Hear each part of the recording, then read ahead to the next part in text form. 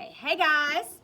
All right, today we're going to pick up with chapter 15 on page 297. We have managed to read a lot of The Land of Stories. So today, Alex and Connor have left the Sleeping Kingdom and they are traveling to the Northern Kingdom. Alex and Connor traveled into the Northern Kingdom by boat. A first for the twins. They found a fisherman just about to travel up the river into the kingdom and persuaded him to let them come aboard. Alex said they were lost and pretended to cry. She was very convincing, too. Connor, however, was not. He's not a very good actor, is he, guys? He tried to join in on the performance and things just became awkward. Thankfully, the fisherman allowed them to travel with him anyway. The boat was small and flat and had just enough room for the three of them. It traveled perfectly along the river's current, so they didn't even need to row. The twins were enjoying the ride and were able to appreciate the scenery, pointing out every riverside village they saw. It was nice to travel without fear of a wolf or an ogre running up from behind them. The Northern Kingdom was very misty and cool. The twins could tell that it was the type of place that would become freezing in the winter. The kingdom was covered with grassy fields and several bodies of water. An icy, steep mountain range bordered the north. The boat traveled along the river and poured into Swan Lake, which was appropriately inhabited by many swans and other birds. Snow White's palace sat at the edge of Swan Lake. It was a short but wide and tan building with marble walls, dark green domes, and several colorful stained glass windows, including an especially large one shaped as a bright red what? What do you think Snow White might have at her castle? A bright red Rose. Think about it, Snow White. Apple. Apple. Very good.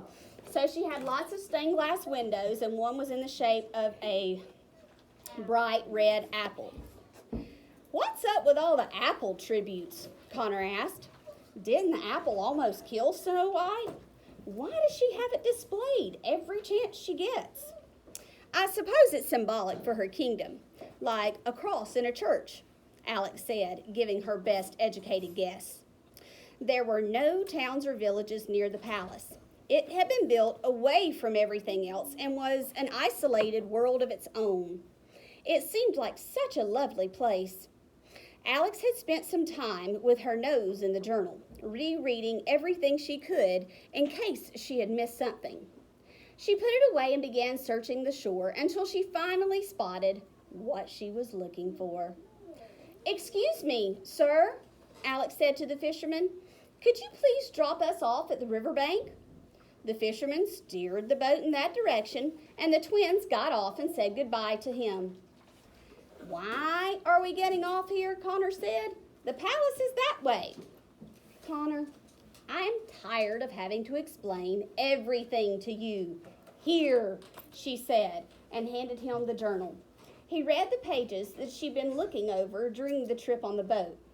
It said, Snow White's palace overlooks Swan Lake, and part of the lake flows into the moat circling the palace, which works to the advantage of anyone trying to sneak into the palace unnoticed.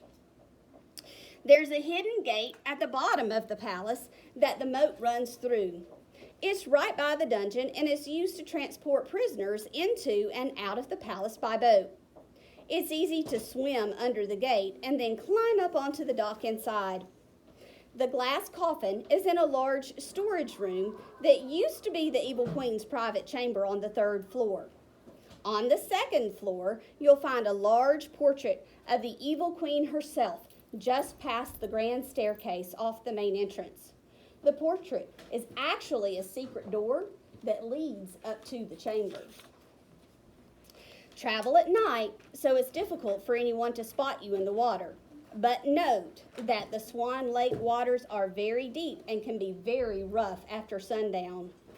Use something as a flotation device, like a log or a piece of wood. Alex was standing to a log that had washed ashore on the riverbank, and she gestured down to it. "See?" Alex said. "Gotcha," Connor said. The twins waited for nightfall to travel across the river to the palace. They carefully placed the log into the river and then entered the water themselves. It was unbearably cold.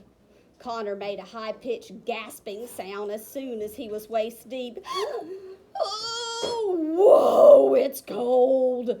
I think we may be twin sisters now," he said through rattling teeth. "I don't think I've ever been this cold in my entire life." "Just keep thinking that we only have 2 more items left to collect and then we'll be home," Alex said, shivering herself. "Jewels from Snow White's coffin and the saber from the deepest sea," Connor repeated to himself. "Jewels from Snow White's coffin, sabers from the deepest sea, jewels from Snow White's coffin, and saber from the deepest sea. No, I'm still cold," he said. They held onto the log and drifted on the current to the palace. Having the log was a good call since the water was very choppy, and the twins were getting tired just holding on to it. They probably would have drowned without it. The closer they got to the palace, the more soldiers they saw marching the grounds. "There are so many soldiers," Connor said through shivering teeth. "It's because of the evil queen," Alex said. "I doubt there was much surveillance when the man from the journal came here." The twins submerged themselves completely whenever they thought a soldier might be able to see them. They steered the log into the palace's moat, careful not to splash or cause any ripples. They had to circle the palace twice, but eventually they found the secret gate. They let go of the log and swam under the gate. It was a much deeper dive than they had thought. Connor came to the surface on the other side and was gasping for air. He treaded water for a moment, waiting for his sister to surface. But she didn't. "Alex?" Connor asked, looking for her in the water around him. "Alex!" Starting to freak out. "Alex!" Connor dove back underwater. He found Alex struggling under the gate. One of the straps on her bag had caught when she swam under it. She was stuck and she desperately needed air. Connor swam down to her and yanked on the bag as hard as he could to set his sister free, but it wouldn't budge. He tugged harder and the strap finally ripped off. He helped Alex get to the surface. She was breathing harder than he had ever heard her breathe before. She had been seconds away from drowning. Connor helped her over to the dock, and they both climbed on top. They were both so alarmed that they had forgotten how cold they were. "Thank you," Alex said once she had caught her breath. "That was really brave of you." I didn't have a choice," Connor said. "You had all the wishing spell items in the bag." Alex playfully hit him, and they quietly laughed. They were drenched and their jaws were chattering so hard that the sound echoed around them. The only way out was through a stone doorway. The twins peered inside it and saw a long hallway. At one end was a spiral staircase leading down to the dungeon they assumed, and at the other was a spiral staircase leading up. They chose the staircase leading up. It led straight to another hall with a steamy odor in the air. It was very humid inside this part of the palace, and the twins soon walked by an open door and saw why. "Look, it's the laundry room," Alex said.